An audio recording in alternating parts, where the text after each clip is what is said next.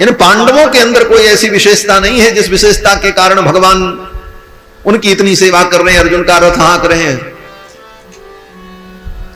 विशेषता तो द्रौपदी की धर्मनिष्ठा, इसे देख करके भगवान प्रसन्न हो गए। धन्य है द्रौपदी, जो धर्म की रक्षा करता है धर्म उसकी रक्षा करता है, धर्मो रक्षति रक्षिता।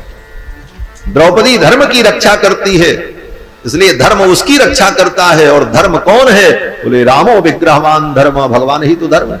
इसीलिए भगवान द्रौपदी की रक्षा के लिए सतत खड़े हैं। मेरी द्रौपदी का सौभाग्य न जाए, इसीलिए भगवान पांडवों की रक्षा करते हैं। आचार्यों ने वर्णन किया है कि महाभारत के युद्ध काल में जब जुआ खेलने के प्रसंग में पांडवों ने द्रौपदी को दांव पर लगा दिया, द्रौपदी को हार गए। दुर्योधन ने कहा द्रौपदी को निर्वस्त्र करके सभा में ले आओ, सभा में ला करके निर्वस्त्र करो और मेरी जंघाओं पर बैठा दो। सभी लोग मौन हो गए, पांडव भी सिर झुका करके बैठ गए। दुशासन द्रौपदी के वस्त्र को खींचने लगा। उस समय कोई द्रौपदी की रक्षा करने वाला नहीं था। तब द्रौपदी ने भगवान को पुकारा, गोविंद द्वारिका वासिन कृष्ण गोपी जनप्रिय कौरवैः परिभूतां मां किम न जानासि केशव। हे केशव, आज मैं पांडव की सभा में सीदित हो रही हूं, मुझे बचा लो। भो कृष्णाच्युत भो कृपालय हरे भो पांडवानां सखे क्वासि क्वासि सुयोधनाद्यपहृतां भो रक्ष मामातुरम्। हे भगवान मेरी रक्षा करो, मुझ आतुर की रक्षा करो। ऐसा कह करके द्रौपदी ने भगवान की जब शरणागति की, भगवान तो पहले भी कुछ कर सकते थे लेकिन अभी तक भगवान ने कुछ नहीं किया। द्रौपदी को पकड़ करके ले आया दुशासन, तब तक भगवान नहीं आए। सभा के मध्य में ला करके खड़ा कर दिया, भगवान नहीं आए। द्रौपदी की साड़ी के पल्लू को पकड़ा दुशासन, तब तक भगवान नहीं आए। ऊपर की आधी साड़ी उघड़ गई, तब तक भगवान नहीं आए। कमर में लिपटी हुई साड़ी जब उघड़ने लगी तब भगवान आए। इतना विलंब क्यों किया? किसी भक्त ने भगवान के ऊपर व्यंग किया। क्या व्यंग किया? बोले पहले केस खिंचाए के, पहले तो भगवान ने द्रौपदी का केस खिंचवाया, केस पकड़ करके, खुले केशों को पकड़ करके लेकर के आया दुशासन सभा में। भक्त व्यंग करता है भगवान से, भगवान को ताना देता है। देखो, ताना देना, व्यंग देना, किसी को कुछ कहना, जहां अपनापन होता है वहीं अधिकार से कहा जाता है। इसीलिए भक्त भी भगवान को खरी खोटी सुना देते। भक्त ने कहा कि पहले केस खिंचाए के और फिर बढ़ावत चीर। पहले तो केस खिंचवाया, बड़ी सभा में मंगवाया, थू थू करवाई। लोगों ने कहा द्रौपदी की ये दशा, जिसके 5-5 पति उसकी ये गति। और जब इतना हो गया तब आपने वस्त्र बढ़ाया। पहले केस खिंचाए के फिर बढ़ावत चीर, आवत लाज गंवाए के। आए तब जब लाज चली गई, आखिर जात अहीर। भक्तों ने कहा आखिर जात अहीर, कुछ तो होगा तुम्हारा धर्म। ये भक्तों का मनोविनोद है, भक्तों का व्यंग है भगवान के प्रति। लेकिन भगवान क्यों देर में आए? बोले भगवान को देर में आने का कारण था कि भगवान तो सब जगह है, भगवान को न कहीं आना है न भगवान को कहीं जाना है। जाता आता वो है जो देश काल सीमा से बंधा हो, देश काल परिच्छेद से रहित जो है वह न कहीं आता है न कहीं जाता है। तो भगवान तो देश काल के परिच्छेद से रहित हैं, इसलिए भगवान को न कहीं आना है न कहीं जाना। भगवान तो सब जगह है। तो फिर भगवान ने द्रौपदी की अभी तक रक्षा क्यों नहीं की? तो भक्त कहते हैं द्रौपदी की रक्षा भगवान ने इसलिए अभी तक नहीं की कि द्रौपदी ने अभी तक भगवान से कहा ही नहीं। द्रौपदी को भरोसा था कि 5 पांडव मेरी रक्षा करेंगे। भगवान ने कहा इनको भी देख लो। जब देखा कि ये भी कुछ नहीं कर सकते, तब द्रौपदी ने सोचा शायद धृतराष्ट्र बैठे हैं, राजा हैं, सुप्रीम कोर्ट वही है, वो निर्णय जो देंगे वो सभा में होगा, वो शायद कुछ कहेंगे, उचित अनुचित का निर्णय करेंगे। लेकिन वो भी मौन थे। फिर सोचा इनसे भी बड़ी सुप्रीम कोर्ट तो द्रोणाचार्य और कृपाचार्य हैं, जो इनके भी गुरु हैं, वो जो आदेश करेंगे वो धृतराष्ट्र को भी मानना पड़ेगा।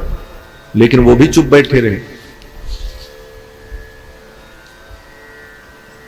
दुर्जन दुशासन दुकूल गयो दीनानाथ, दीन हो के द्रौपदी यों दुलारी यों पुकारी। बात है युधिष्ठिर की पारथ भी मौन बैठ, भीष्म महाभीम ग्रीवा नीचे करी डारी है। सब मस्तक झुकाए बैठे, कोई द्रौपदी की ओर देखने वाला नहीं। तब द्रौपदी ने सोचा कि अब मैं क्या करूं। भगवान ने सोचा ये सबको पुकार रही है, मुझसे तो कह नहीं रही। और भगवान का एक सिद्धांत है कि संसार तंत्र वाहित्वात् रक्षापेक्षाम अपेक्षते। भगवान चाहते हैं कि ये मुझसे रक्षा की अपेक्षा करे, तब मैं इसकी रक्षा करूं। और जब ये मुझसे रक्षा की अपेक्षा नहीं कर रहा है तो मैं क्यों करूं। इसलिए आत्मरक्षा के लिए भगवान से प्रार्थना और समर्पण यह जीव का परम कर्तव्य है। और चीज के लिए नहीं, और कुछ मत मांगो भगवान से, लेकिन अपनी रक्षा के लिए और अपने कल्याण के लिए भगवान से प्रार्थना करना यह अनिवार्य है। गजेंद्र पानी में डूब रहा था, लड़ते लड़ते कितने दिन बीत गए, भगवान कहां आए। कब आए, बोले जब वो लड़ करके थक गया और जब भगवान को पुकारा तब भगवान आए। तब तक नहीं आए, पहले ही आ जाते।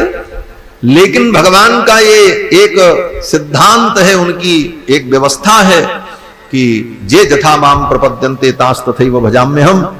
जब कोई मुझे भजेगा तब मैं उसको भजूंगा, वो मुझे याद करेगा तो मैं उसको याद करूंगा, वो मुझसे रक्षा की अपेक्षा करेगा तो मैं उसकी रक्षा करूंगा। तब द्रौपदी ने देखा कि अब भगवान को ही पुकारे, और तब द्रौपदी ने भगवान को पुकारा, हे गोविंद कहां हो। भगवान आ गए और भरी सभा में ही भगवान ने द्रौपदी का वस्त्र बढ़ाया, कपड़े के रूप में ही भगवान आ गए। लेकिन इससे जुड़ी जो बात मैं कहना चाहता हूं कि द्वारका में भगवान बैठे थे, चौसर खेल रहे थे, रुक्मिणी जी बैठी थी। उसी समय द्रौपदी ने पुकारा यहां पर, और द्वारिका में बैठे बैठे ठाकुर जी ने सुन लिया, और ठाकुर जी ने आंख बंद करके कहा वर्धताम, धर्म को आदेश दिया, बढ़ाओ, वस्त्र बढ़ाओ। रुक्मिणी जी ने सोचा ये वर्धताम कह रहे हैं, क्या मतलब है। रुक्मिणी जी ने कहा महाराज गोट तो बढ़ गई, अब कौन सी गोट बढ़ावें, क्योंकि खेल चल रहा था। भगवान ने कहा नहीं नहीं, गोट बढ़ाने के लिए मैंने नहीं कहा है। आज कौरव की सभा में द्रौपदी का वस्त्रापहार हो रहा, मैंने धर्म को आज्ञा दी है वस्त्र बढ़ाने के लिए। रुक्मिणी जी ने कहा महाराज जिसके 5-5 पति हैं उसके ऊपर ऐसी विपत्ति आई, वे 5 पति क्या कर रहे हैं। इतना सुनते ही भगवान को पांडवों के ऊपर क्रोध आ गया। असली अपराधी तो ये पांडव हैं, पहले इनको हम मारेंगे। भगवान ने अपने सुदर्शन चक्र का स्मरण किया और कहा चक्रराज जाओ, 5 पांडवों का मस्तक काट करके ले आओ। अभी तत्काल सुदर्शन चक्र चल पड़े। रुक्मिणी जी ने देखा, रुक्मिणी ने कहा सुदर्शन रुक जाओ। सुदर्शन रुक गए, मां रुक्मिणी की आज्ञा मान करके सुदर्शन चक्र राज रुक गए। भगवान ने कहा देवी आपने मेरी आज्ञा में अवरोध उत्पन्न किया, क्या कारण। रुक्मिणी जी ने कहा महाराज आप होश में तो हैं। भगवान ने कहा हां मैं होश में हूं। बोले आपने द्रौपदी के 5 पतियों को मारने के लिए सुदर्शन को आदेश दिया है। बोले हां दिया है। असली अपराधी वही हैं, वो कर क्या रहे हैं, ऐसा कुकृत्य वहां पर हो रहा और वो देख रहे हैं। उन्हें युद्ध करना चाहिए, लड़ाई करनी चाहिए, मारना चाहिए, द्रौपदी की रक्षा करनी चाहिए, और वो रक्षा करते करते अगर मर जाएं तो ये उनके लिए धर्म होता। और वो चुपचाप मौन बैठे हैं, इसलिए सर्वप्रथम तो अपराधी वो हैं। इतना सुनते ही द्रौपदी रुक्मिणी ने कहा प्रभु मैं मानती हूं पांडव अपराधी हैं, लेकिन जिस द्रौपदी के लिए आप इतने व्यग्र हैं, जिस द्रौपदी पर कृपा करने के लिए आप इतने व्याकुल हैं, अगर वो 5 पांडव मर जाएंगे तो आपकी द्रौपदी विधवा हो जाए। जिस द्रौपदी को आप सुखी करना चाहते हैं आप स्वयं उस द्रौपदी को दुखी कर देंगे, उसको विधवा बना देंगे। और जब श्वेत वस्त्रों में आभूषण आभरण से रहित होकर के द्रौपदी आपके सम्मुख खड़ी होगी तो आप आंख नहीं मिला पाएंगे। जीवन भर आपको पश्चाताप होगा कि मैंने अपने हाथों से अपनी बहन को विधवा बना दिया। इसके बाद भी अगर आपको संतोष नहीं है तो ठीक है, हे सुदर्शन जाओ और पांचों पांडवों के मस्तक को काट करके ला करके इन्हें दे दो। भगवान चौंक गए और भगवान ने कहा, अरे सुदर्शन रुक जाओ, रुको रुको रुको। सुदर्शन को रोक दिया। भगवान तो उसी दिन पांडव को मार देते, लेकिन पांडव के प्राण की रक्षा की भगवान ने क्यों? बोले द्रौपदी मंगल सूत्रार्थम, द्रौपदी के मंगल सूत्र की रक्षा के लिए, कहीं द्रौपदी का सौभाग्य न चला जाए, इसलिए पांडव की रक्षा के लिए भगवान सब कुछ करते हैं, युद्ध में सहायता करते हैं, अर्जुन का रथ भी हाँकते हैं।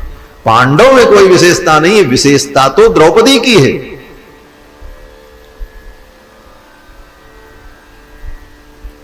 द्रौपदी के सहित पांडवों ने भगवान की शरणागति की, यही वेद व्यासी महाराज महाभारत में कहते हैं। द्रौपद्या सहितम चक्रुहु, अकेले पांडव भगवान की शरणागति करते तो शायद पांडव की रक्षा भगवान न करते, लेकिन द्रौपदी को आगे करके पांडवों ने शरणागति की है, इसलिए द्रौपदी के संबंध से ही पांडव की शरणागति को भगवान ने स्वीकार किया। ये सब रहस्य है महाभारत। तो द्रौपद्या सहितम नमश्चक्रुहु जनार्दनम, वेदव्यासी कहते हैं द्रौपदी के सहित पांडवों ने भगवान जनार्दन को प्रणाम करके शरणागति की। तो द्रौपदी का साथ होना यह पांडव की रक्षा का हेतु है, क्योंकि द्रौपदी में धर्म प्रतिष्ठित है। और फिर भगवान ने धर्म को आज्ञा दी, धर्म ने वस्त्र बढ़ाया महाराज, खूब वस्त्र बढ़ा। द्रौपदी की तो रक्षा हो गई, इतना वस्त्र बढ़ा कि महाराज कपड़े की ढेरी लग गई।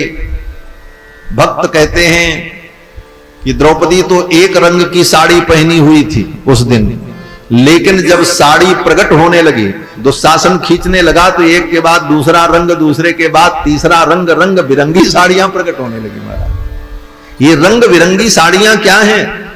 बोले देखो, जो धर्म की रक्षा करता है, धर्म उसकी रक्षा करता है। और सनातन धर्म के जो विभिन्न रंग बिरंगे धर्म हैं, सनातन धर्म के रंग भी बड़े अद्भुत हैं हमारा। सनातन धर्म में जितनी क्रियाएं हैं, जो विधान है, वो सब रंग बिरंगे। क्या है? बोले पूजा करो, आरती करो, तीर्थ में जाओ, दान करो, व्रत करो। द्रौपदी ने वो सारे विभिन्न धर्मों का आचरण किया था। वे विभिन्न धर्म ही अलग अलग रंगों में वस्त्र बन करके मानो द्रौपदी की रक्षा के लिए प्रकट हो गए। और कितने रंग की साड़ियां प्रकट हुई।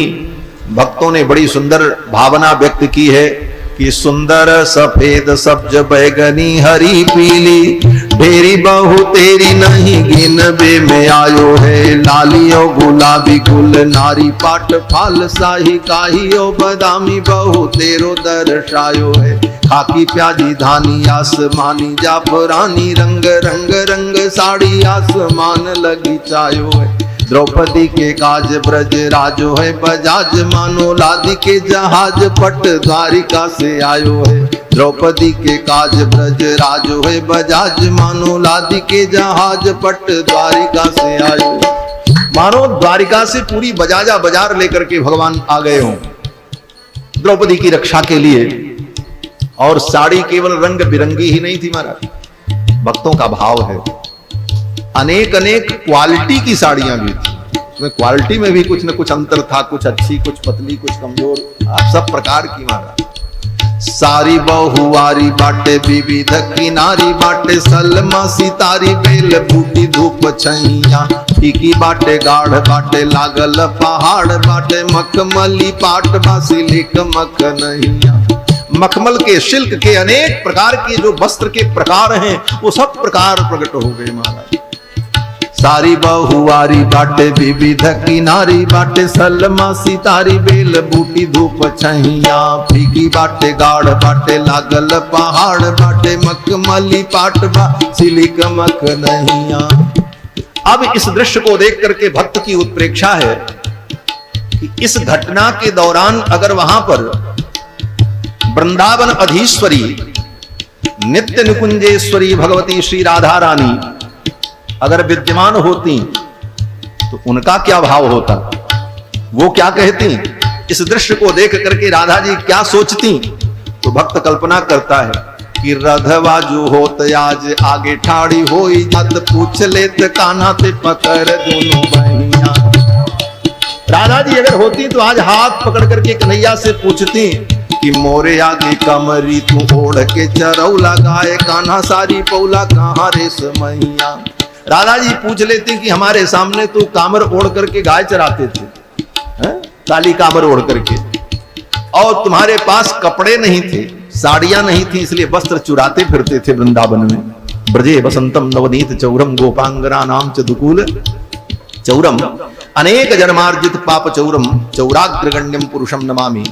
तो कहने का भाव कि वस्त्र की चोरी करने वाले, आज आपको इतना वस्त्र कहां मिल गया, ये पूछ लेते जरूर। तो कहने का भाव कि द्रौपदी के लिए भगवान ने वस्त्र का संवर्धन किया, मूल कारण यही था कि द्रौपदी की धर्मनिष्ठा ही भगवान को प्रिय थी। इसलिए भीम ने कहा मारो मारो, छोड़ना मत।